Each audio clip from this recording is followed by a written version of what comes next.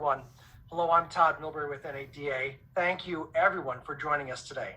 So I'll moderate our Q&A session. We have a number of questions already. And if you haven't had the chance, for those of you in the audience on the right side of your screen, you can enter a question. We'll get through as many as we have time for.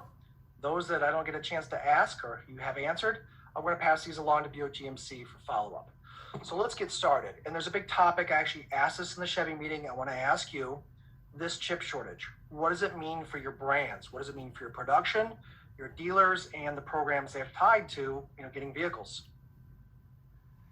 Yeah, thanks, Todd. Steve Carlisle, again, thanks for joining us. Steve, I think it'd be great if you could give us an overview of the position on the chip shortage, and then I'll dovetail in with any Buick and GMC specifics, please. No problem. And good afternoon, everyone. And just let me start with my profound thanks for everything that you're doing for our brands. Through last year, terrific results through a very difficult year. Appreciate the partnership there. And here we are again in 2021 with an amazing opportunity, but challenges like what I'm about to speak about. So I'll start by setting some context. And I think it's important to recognize that this semiconductor shortage is an industry-wide situation, and it's beyond automotive. In fact, consumer electronics consumes there's an automotive about 15%. And you ask yourself, how do we get here? And you think about where we were at the middle of last year with depressed demand, and at the same time as increased demand for consumer electronics is driven by work from home and COVID and all those things. So a lot of what we're doing right now is catching up with that, and it's a challenging situation. So what are we doing about it? First of all, it is very much a 7x24 sort of activity for our supply chain, our purchasing, and our engineering team. And what we're doing is to find or guarantee supply of the components that we need to maximize the build. And so we've been out, and as far as we know, first amongst our peers, working with our suppliers, not just at a tier 1 level, but down through tier 2, 3, and 4. And in fact, even working at a government level to do everything that we can do to secure supply for semiconductors to maximize our build. So that's an ongoing thing. It has been for several weeks, and we've been successful so far at pushing out week by week, day by day, impacts to production and therefore product to you and stuff. Unless we get to a situation where we may have to make some hard choices. So 2 weeks ago, we announced that we would be taking downtime in certain plants and product lines. And the reason for that is so we can divert the availability of those components to protect the most profitable and most in-demand and first in inventory products for you and for us. So that's what we've done. And we'll continue to revisit that situation, in a week-by-week situation, and communicate the status of where we are. We chose those plants and those product lines because as we look forward, we can see that we've got the ability to make up that production for before the end of the year. So more to come on those. The other major initiative I should talk about is we're doing what we call a build shy. So if we have certain product lines that we can build with the shy means it's missing a module. It'll be an electronic component, as you might imagine. Park those units and then later on retrofit them and get them on their way to you is another tactic that we're doing on a limited basis. So there's a full range of tactics that we're taking here. And again, the goal is to maximize production and availability on the most profitable and most in-demand and lowest inventory vehicles that we have across the range. So our commitment to you is to maintain, as we did through COVID and other situations, regular communication, so you know exactly where we stand, make adjustments in our go-to-market and in our programs, so that we get through this together. I guess, and just how we see the situation playing out is that we're probably, as I said, we've been able to defer most of the impact until now. We see that getting slightly worse before it gets better. So you can expect to see the rough part of it here through the balance of February, March, and the early part of Q2 before the situation starts to turn around. And if I look at it optimistically, like we do all things, I talk about this build and park situation. You can not only will you be getting regular production at a certain point in time, but you'll be seeing those units being released as well. So we'll have we're doing all this, in the midst of a very good market from a selling point of view. So, we're optimistic that we will end up building at least as many vehicles in 2021 as we did in 2020, and you saw how that translated into sales and profitability. We're going to do that and do our very best to manage it. We have tools that we're developing, have developed. You'll have maximum visibility in terms of what's in the pipeline, so that you can continue to execute these great strategies that you supported us on last year that Duncan and Regis went through. So still, we're very optimistic. We're going to have another really good year. We've got a speed bump to deal with right now. We know how to do it. We have a lot of practice at it, sadly. We're getting really good at it. You're getting really good at it. We're going to get through it together. Back to you, Duncan. Yeah, thank you, Steve. So nothing to add from me in terms of everything Steve said, but just to pick up on what this means for us. And again, you referenced it there, Steve. Regis talked about stock turn this year. We know that it was one of the key factors in winning and driving that record dealer profit last year. That's why we think we can win and drive an even better new record dealer profit this year. So on the GMC side in particular, let's keep doing everything we're doing, selling them in advance, posting them on the website where possible, and Phil's done great work on that to facilitate that. We're still looking at what we can do to put more vehicles on the further back in the build cycle, some more to come on that, and let's just keep turning that stock. It's just good for profitability, high gross margins when you do that. You retain more of the floor plan credits when you do that. So, and the customer obviously loves getting a vehicle fresh from the factory. So there's just goodness there. Now on the Buick side, things are a little bit better. Our international footprint of manufacture, if you like, really have us today at about 90 days supply. So not far away from an average, a traditional average. And again, I'd encourage you to let's use this to get a competitive advantage in the marketplace. Phil mentioned the great new product that you've got and that you've got coming. Again, we feel reasonably optimistic at this point about the continuation of supply. So we should be really using that nice availability position today, but also the optimism about the future to really get a competitive advantage for Buick. So I think as a division, we're in good shape and we're set to win again for 2021. Todd, back to you. Great, Duncan, thank you. So let me ask a question that just came in regarding 2021 production, and then I'll have a future portfolio question for you. First, with the announcement that Cammie's going to be building the brake drop, is that going to impact Terrain production at all this year or next year? Again, I'd defer that to Steve Carlisle. If Steve, you want to take that one up? No, I don't see anything. No interaction between what we'll do with brake drop and what we'll do with any of our other production. Okay. Terrain is one of the vehicles that's impacted by semiconductors, but early in the year. But again, we're in decent shape from an inventory point of view, and we have makeup capability later in the year, but no interaction or impact from brake drop. Okay. Thank you. Duncan, another portfolio question. Hummer aside, can you talk about the Buick GMC EV schedule for the future, or when could dealers expect updates on that? Yeah, there's nothing I can reveal today, but I want to reassure the dealer network that GM's vision is absolutely trickling down, and it's part of Buick's vision and GMC's vision as well. So we will be playing a significant role in electrification of our portfolios. going forward. Again, Phil's teased about the Hummer EV SUV, which we'll be revealing soon, and that's unbelievably exciting product again.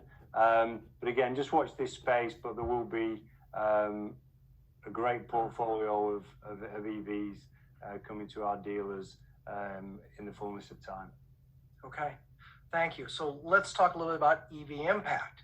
Some dealers are asking kind of related questions about how is GM forecasting the impact of fixed operations, and how are you thinking about this, because it's such an important asset to growth and dealership sustainment going forward.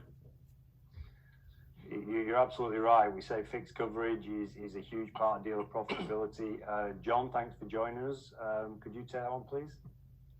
Yeah, thanks, Duncan. Appreciate it. And I just quickly want to add my gratitude to all the dealer partners and our frontline employees, you know, those folks that keep our vehicles on the road each and every day. As I think about the question, it comes down to, you know, three key areas: retention, customer experience, and training. And we know how to do all three of these things really well. And the opportunity that EVs present for us is really to cement ourselves with those customers and get that throughput through your dealership. You know, today we lose a large number of customers in those outer years. Our retention numbers, as you look at retention around EVs, is much higher in years 4, 5, 6, and 7 than they are with the traditional gas and ICE vehicles. So what we need to do is really work to focus in the dealerships on how we manage retention for the long haul with those vehicles. And the EVs really present an opportunity, not just in the service lane, but how we speak about after sales more broadly. What happens when that EV specialist is doing their walk around on the vehicle for the very first time? We're going to see a lot of conquest customers. We have a chance to tell them and show them our expertise around EVs. And so what is that conversation that's happening around that EV product as they present that to the customers? But the other piece, I want to pick up on something I've heard Steve Carlisle say many times. We're going to make a big investment and continued investment in the ICE and gas business and diesel business for a number of years ahead. So getting it right with EVs, building our retention around what we're doing around the EV portfolio will pay dividends as well inside our gas portfolio that we have in the dealership.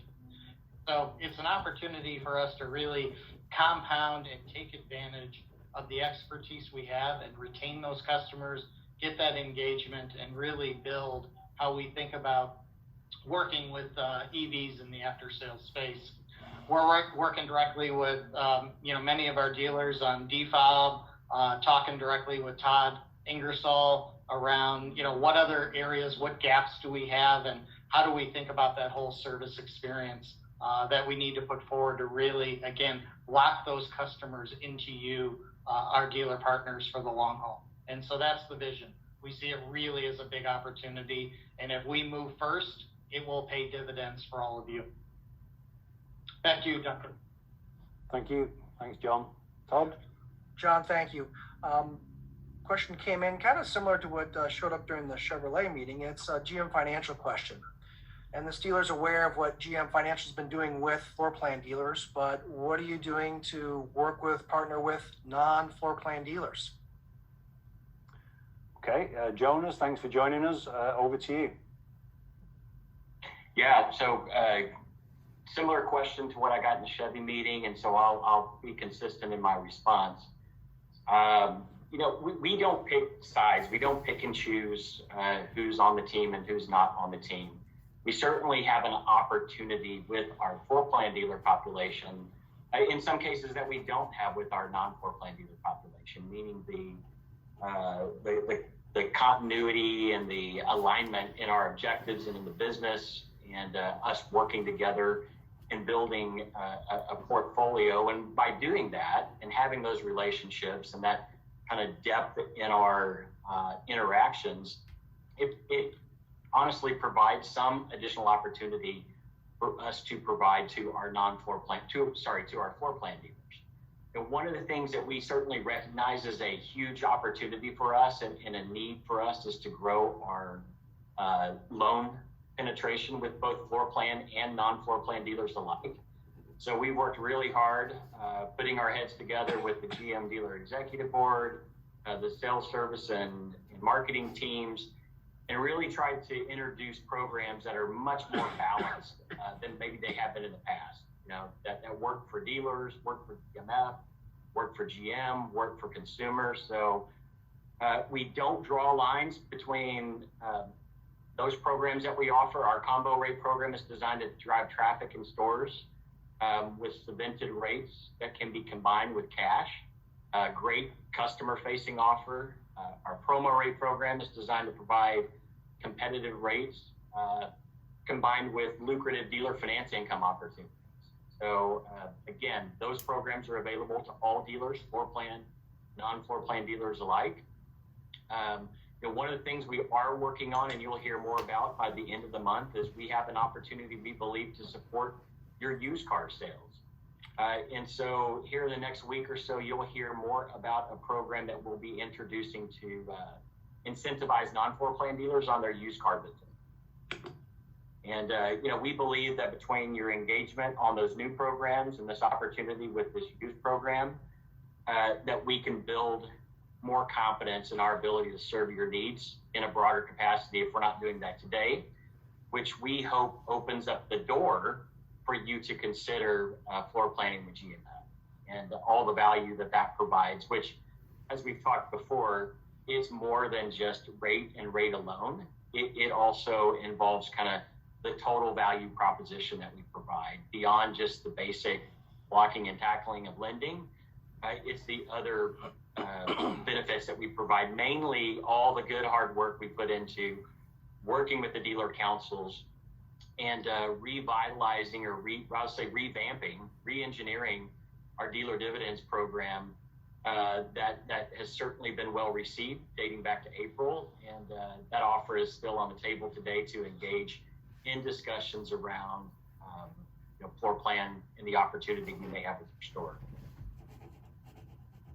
Great. Jonas, thank you.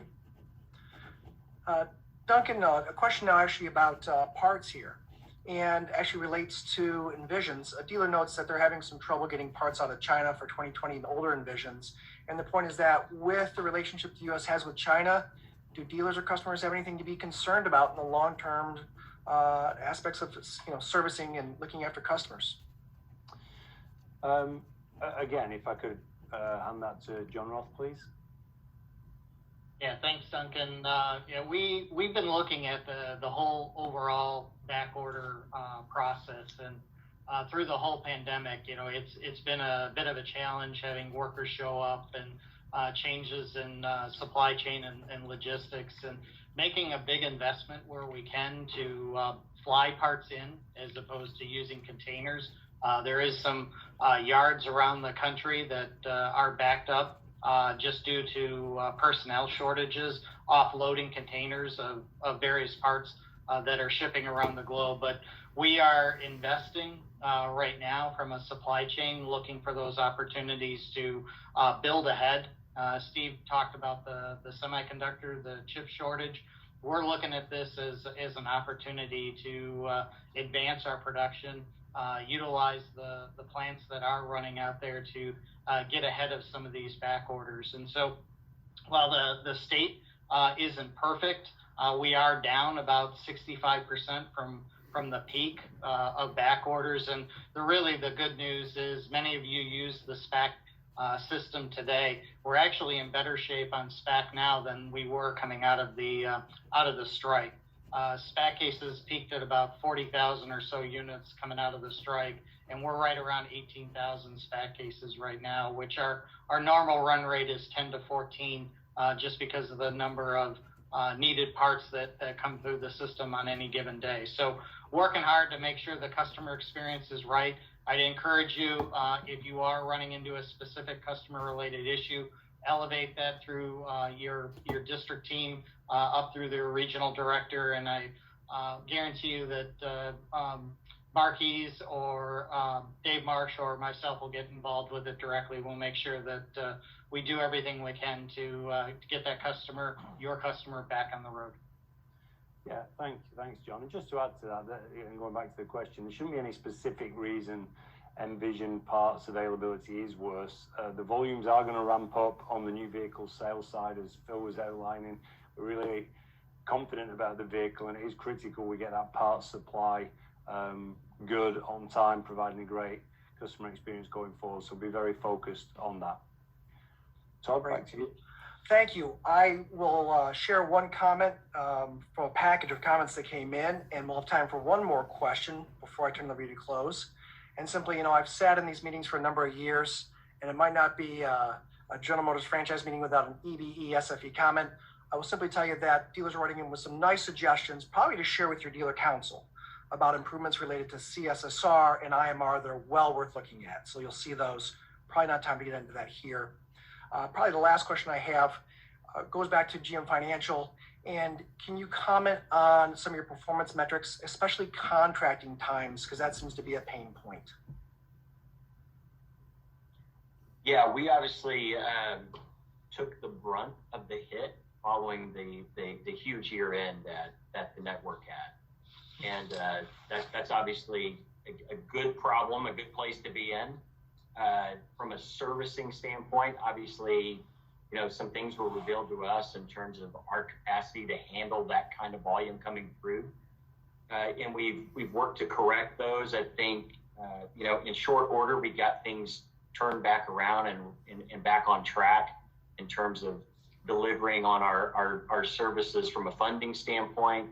One of the things you'll hear more about as the year proceeds, probably by the end of the first quarter, we are going to introduce a new mechanism, make it available to all dealers, floor plan and non-floor plan dealers, whereby if you choose to e-contract with us, we are going to advance those funds immediately, even in more immediately than we would typically do through the e-contracting process. So we recognize the importance of that. We also recognize the importance of moving the network into a more digital area in terms of that sales, kind of complete sales process. So it accomplishes two things, right? It helps dealers from a cash flow standpoint, but it also helps the customer experience and GMF from an efficiency standpoint as well. Great, Jonas, thank you. Well, I'll leave Duncan with the last word in a second. In the meantime, I'll just say on behalf of NADA, on behalf of the NADA Board of Directors, Bob Vail and Tom Castriota, and Mike Alford and Charlie Gilchrist, who's on the board, representatives to General Motors, thank you. We appreciate GM's engagement today and everyone in the audience as well. Duncan, over to you. Thank you, Todd. Thank you to our panel. A lot of good questions there. And again, thanks to my fellow presenters. But again, the biggest thanks of all to our dealers. I think the partnership's getting stronger. I think the business is getting stronger. The dealer council and the leadership we're seeing there is just fantastic. And we can have another record year in 2021. So I really look forward to working with you to make this year even better than the last. Thank you, and look forward to